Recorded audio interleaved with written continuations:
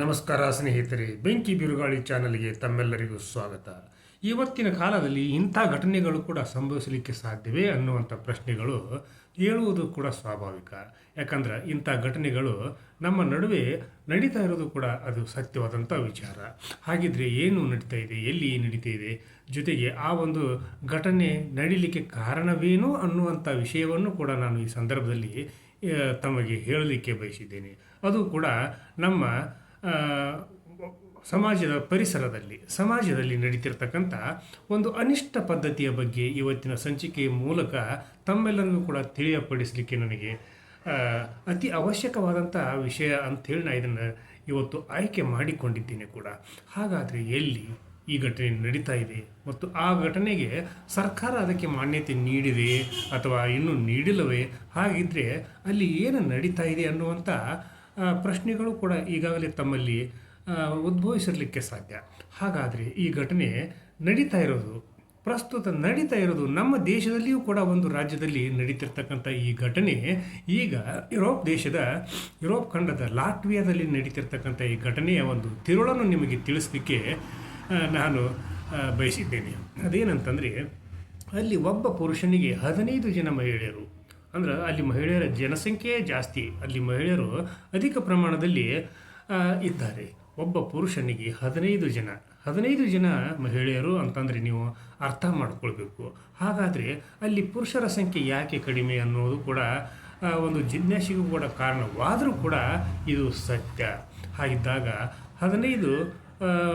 ಒಬ್ಬ ಪುರುಷನಿಗೆ 15 ಜನ ಮಹಿಳೆಯರು ಅಂತಂದರೆ ಅಲ್ಲಿ ಪುರುಷನಿಗೆ ಎಷ್ಟೊಂದು ಬೇಡಿಕೆ ಇದೆ ಎನ್ನುವ ಒಂದು ವಿಚಾರವೂ ಕೂಡ ಹುಟ್ಟೋದು ಸಹಜ. ಹಾಗಾದಾಗ ಅಲ್ಲಿಯ ಬಹುತೇಕ ಮಹಿಳೆಯರು ಮದುವೆಯಾಗದೇ ಶಾಶ್ವತವಾಗಿ ಮದುವೆಯಾಗದೇ ಇರತಕ್ಕಂಥ ಪರಿಸ್ಥಿತಿಯು ಕೂಡ ಅಲ್ಲಿ ಉಂಟಾಗ್ತಾ ಇದೆ.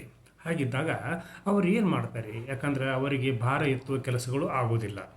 ಆಮೇಲೆ ಎಲೆಕ್ಟ್ರಿಕಲ್ ಕೆಲಸ ಆಗಲಿ, ಭಾರ ಎತ್ತುವ ಕೆಲಸ ಆಗಲಿ, ನೀರು ಸೇದುವ ಕೆಲಸಗಳಾಗಲಿ, ಇಂಥ ಕಠಿಣವಾದ ಕೆಲಸಗಳು ಮಹಿಳೆಯರಿಂದ ಸಾಧ್ಯವಾಗದೇ ಇರತಕ್ಕಂಥ ಪರಿಸ್ಥಿತಿಯಲ್ಲಿ ಅವರು ಏನು ಮಾಡ್ತಾರೆ ಅನ್ನುವಂಥ ವಿಷಯವೂ ಕೂಡ ನಿಮಗೆ ಅರ್ಥ ಆಗಿರಬಹುದು. ಹಾಗಾದಾಗ ಅವರು ತಮಗೆ ಬೇಕಾದ ಕೆಲಸಗಳನ್ನು ಮಾಡಿಸಿಕೊಳ್ಳಲಿಕ್ಕೆ ಬಾಡಿಗೆ ಗಂಡಂದಿರನ್ನು ಪಡಿತಾ ಇದ್ದಾರೆ. ನೋಡ್ರಿ, ಎಂಥ ಕಾಲ ಬಂತು. ಬಾಡಿಗೆ ಗಂಡಂದಿರನ್ನು ಪಡಿತಾ ಇದ್ದಾರೆ. ದಿನದ ಮಟ್ಟಿಗೋ, ವಾರದ ಮಟ್ಟಿಗೋ, ತಿಂಗಳ ಮಟ್ಟಿಗೋ ಅವರು ಬಾಡಿಗೆ ಗಂಡಂದಿರನ್ನು ಪಡಿತಾರೆ.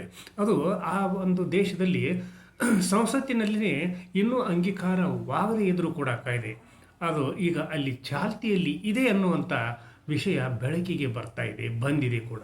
ಹಾಗಿದ್ದಾಗ ಪುರುಷರು ಅಲ್ಲಿ ಎಷ್ಟೊಂದು ಪ್ರಮಾಣದಲ್ಲಿ ಅವರು ಕಡಿಮೆ ಇದ್ದಾರೆ ಅಂತಂದರೆ, ನೋಡ್ರಿ ನೀವು, ಒಬ್ಬ ಪುರುಷನಿಗೆ 15 ಜನ ಮಹಿಳೆಯರು ಅಂತಂದರೆ ಅಲ್ಲಿ ಅನುಪಾತ, ಸ್ತ್ರೀಯ ಜನನದ ಅನುಪಾತ ಮತ್ತು ಪುರುಷ ಒಂದು ಅನುಪಾತ ನಿಮಗೆ ಅರ್ಥವಾಗ್ಬೋದು.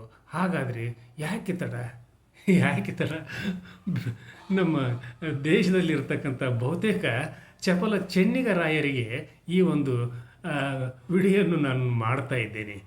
ಹಾಗಾದಾಗ ನೋಡಿರಿ, ಏನು ಮಾಡ್ತಿರೋ ನೋಡಿರಿ, ನಿಮಗೆ ಬಿಟ್ಕೊಟ್ಟದ್ದು. ಬಾಡಿಗೆಗೆ ಹೋಗ್ತಿರೋ, ನೀವು ಪರ್ಮನೆಂಟಾಗಿ ಅಲ್ಲೇ ಉಳಿಲಿಕ್ಕೆ ಹೋಗ್ತಿರೋ, ಅವ್ರನ್ನ ಮಾಡ್ಕೊಳ್ಳಲಿಕ್ಕೆ ಹೋಗ್ತಿರೋ, ನಿಮಗೆ ಬಿಟ್ಟದ್ದು.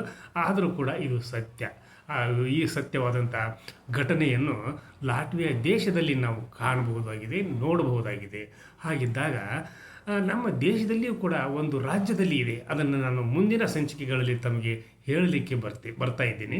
ಈಗ ಈ ಲಾಟ್ವಿಯಾದಲ್ಲಿ ಈ ಥರ ಘಟನೆಗಳು ಆಗಲಿಕ್ಕೆ ಕಾರಣ ಏನಂತಂದರೆ, ಅಲ್ಲಿ ಪುರುಷರ ಜನಸಂಖ್ಯೆ ಮಹಿಳೆಯರ ಜನಸಂಖ್ಯೆಗಿಂತ ಕಡಿಮೆ ಇದೆ. ಅಂದರೆ 15% ಕಡಿಮೆ ಇದೆ ಅಂತೆ. ಅಂದಾಗ ಅಲ್ಲಿ ಮಹಿಳೆಯರೇ ಜಾಸ್ತಿ ಇದ್ದು, ಹೆಚ್ಚಿನ ಪ್ರಮಾಣದಲ್ಲಿ ಇದ್ದು, ಅವರ ಒಂದು ಬೇಡುಗಳನ್ನು ಪೂರೈಸಲಿಕ್ಕಾಗಿ ಅದನ್ನು ಅವರು ತಮ್ಮ ಒಂದು ಸಾಧನೆಗೋಸ್ಕರ ಹಾಗೂ ಅವರ ಒಂದು ಆಕಾಂಕ್ಷೆಗಳಿಗೋಸ್ಕರ ಬಾಡಿಗೆಗೆ ಗಂಡಂದಿರನ್ನು ಕೂಡ ಪಡಿತಾ ಇದ್ದಾರೆ. ಅದು ದಿನದ ಮಟ್ಟಿಗೆ, ವಾರದ ಮಟ್ಟಿಗೆ, ತಿಂಗಳ ಮಟ್ಟಿಗೆ, ಹಾಗೂ ಅವು 6 ತಿಂಗಳು ಆಗ್ಬೋದು, ವರ್ಷದ ಮಟ್ಟಿಗೆಯೂ ಕೂಡ ಆಗ್ಬೋದು. ಅಂಥ ಪರಿಸ್ಥಿತಿ ಯುರೋಪ್ ಖಂಡದಲ್ಲಿ, ಲಾಟ್ವಿಯಾ ದೇಶದಲ್ಲಿ ಇದೆ ಅಂತಂದರೆ ನೀವು ಆಶ್ಚರ್ಯಪಡ್ತೀರಾ. ಯಾಕಂದರೆ ವಿದೇಶಗಳಲ್ಲಿ ಇದು ಸಾಮಾನ್ಯ.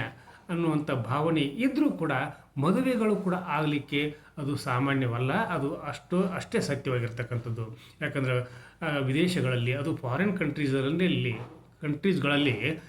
ಮದುವೆಗಳಿಗೆ ಅಷ್ಟೊಂದು ಪ್ರಾಮುಖ್ಯತೆಯನ್ನು ನೀಡೋದಿಲ್ಲ ಅಂತ ಹೇಳ್ತಾರೆ. ಆದರೆ ಅವರಿಗೂ ಕೂಡ ಮದುವೆ ಬೇಕು, ಗಂಡ ಬೇಕು, ಮಕ್ಕಳ ಬೇಕು, ತಮ್ಮದೇ ಆದಂಥ ಸಂಸಾರ ಬೇಕು ಅನ್ನುವಂಥ ಒಂದು ಆಶೆಯಲ್ಲಿ ಲಾಟ್ವಿಯಾ ದೇಶದ ಮಹಿಳೆಯರು ಇದ್ದರೂ ಕೂಡ ಅಲ್ಲಿ ಪುರುಷರೇ ಸಿಗ್ತಾ ಇಲ್ಲ ಅನ್ನುವಂಥ ಕಟು ಸತ್ಯದ ಸಂಚಿಕೆಯೊಂದಿಗೆ ಇವತ್ತಿನ ಸಂಚಿಕೆಯನ್ನು ಇಲ್ಲಿಗೆ ಮುಗಿಸುವುದಕ್ಕಿಂತ ಪೂರ್ವದಲ್ಲಿ ಬೆಂಕಿ ಬಿರುಗಾಳಿ, ಇದು ನಿಮ್ಮೆಲ್ಲರ ಚಾನಲ್ಲು, ಸಮಸ್ತ ನಾಡಿನ ಚಾನಲ್ಲು. ಈ ಚಾನಲ್ಗೆ ಸಬ್ಸ್ಕ್ರೈಬ್ ಆಗದೇ ಇರತಕ್ಕಂಥವರು ಕೂಡಲೇ ಸಬ್ಸ್ಕ್ರೈಬ್ ಮಾಡಿರಿ, ಶೇರ್ ಮಾಡಿರಿ, ಲೈಕ್ ಮಾಡಿರಿ. ಈ ಸಂಚಿಕೆಯನ್ನು ಎಲ್ಲರಿಗೂ ಕೂಡ ತಲುಪಿಸ್ರಿ ಅನ್ನುವಂಥ ಒಂದು ವಿನಂತಿಯೊಂದಿಗೆ ನಾಳಿನ ಸಂಚಿಕೆಯೊಂದಿಗೆ ತಮ್ಮ ಜೊತೆಗೆ ಹಾಜರಾಗ್ತೀನಿ. ಅಲ್ಲಿವರೆಗೂ ನನ್ನ ನಮಸ್ಕಾರ.